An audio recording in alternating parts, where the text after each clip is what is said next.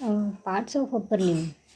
It has been seen the upper limb is made up of four parts: shoulder region, arm or brachium, forearm or antebrachium, hand or manus.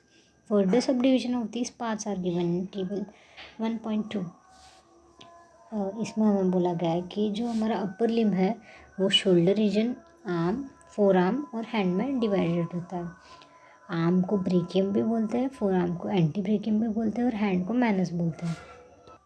The shoulder region includes pectoral और breast region on the front of the chest, axilla और armpit and scapular region on the back comprise part around the scapula.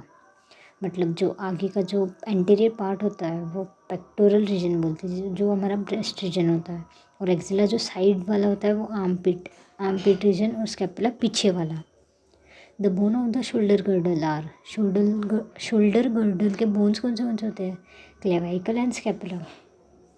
Of this only the clavicle articulate with axilla skeleton, axial skeleton. जो clavicle है, जो आगे वाली bone होती है, जो beauty bone भी होती है, वही एक बोन है जो अपने एक्सियल स्केलेटन के साथ आर्टिकुलेट करती है। At the sternoclavicular joint, sternoclavicular joint मतलब स्टर्नम और क्लेवाइकल के बीच का जॉइंट, उसको स्टर्नोक्लेविकुलर जॉइंट बोलते हैं। द स्कैपुला इज मोबाइल, जो स्कैपुला होता है वो मोबाइल होता है, मतलब मूव कर सकता है।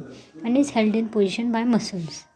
The clavicle and scapula articulate with each other at the acromioclavicular joint.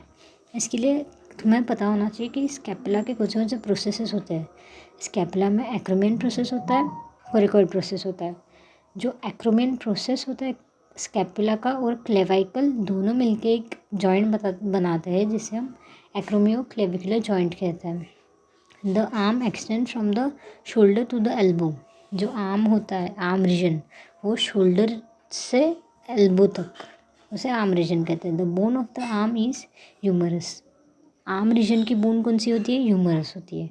It's upper hand meets the scapula forms the shoulder joint, the shoulder joint permits movement of the arm.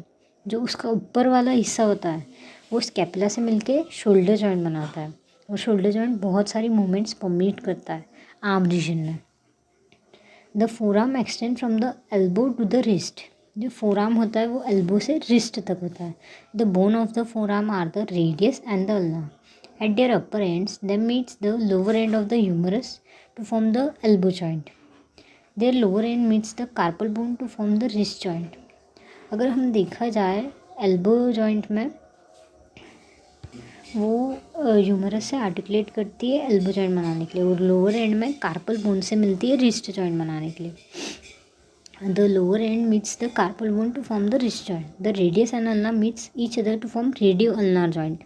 तो radius और ulna bone जो हमारे four arm में मिलती है वो दोनों एक दूसरे से आर्टिकुलेट होती है ताकि वो रेडियो अल्नर जॉइंट बना सके। जो एल्बो जॉइंट परमिट करता है movement of forearm, elbow joint forearm की मूवमेंट परमिट करता है, जैसे कि फ्लेक्शन, एक्सटेंशन।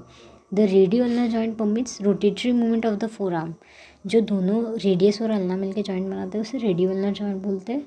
वो परमिट करता है rotatory movement of forearm की रोटेटरी मूवमेंट, जिसे हम प्रोनेशन सुपिनेशन कह सकते हैं। In a mid flexed elbow the palm faces upward in supination and downward in pronation. During the movement of pronation the radius rotates around the ulna. प्रोनेशन की movement के time पे radius rotate करता है ulna की तरफ। Supination बोले तो जब हम सीधा हाथ करते हैं, मतलब पाम फेसिंग अपवर्ड, जब पाम अपना अपवर्ड फेस करता है उसे सुपिनेशन कहते हैं। और प्रोनेशन बोले तो डॉर्सल साइड ऑफ पाम। और प्रोनेशन में रेडियस अल्ना के ऊपर थोड़ा सा मूव करेगा।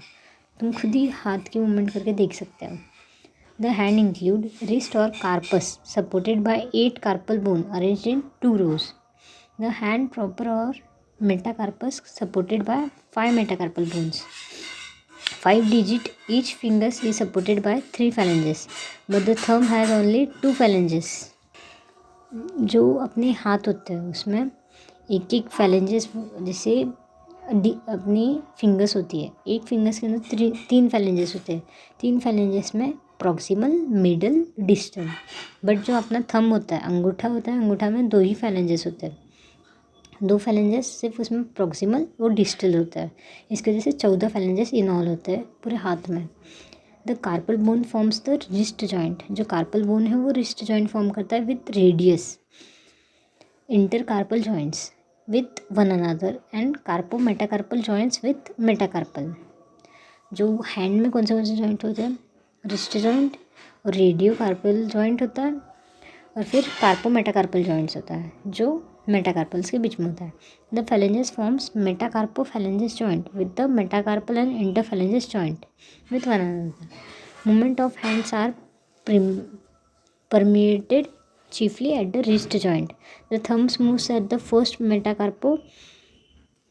first carpometacarpal joint, where an exclusive movement of opposite beside the other usual movements permits. Each of the second to fifth digit moves the metacarpophalanges, proximal and distal interphalanges joint.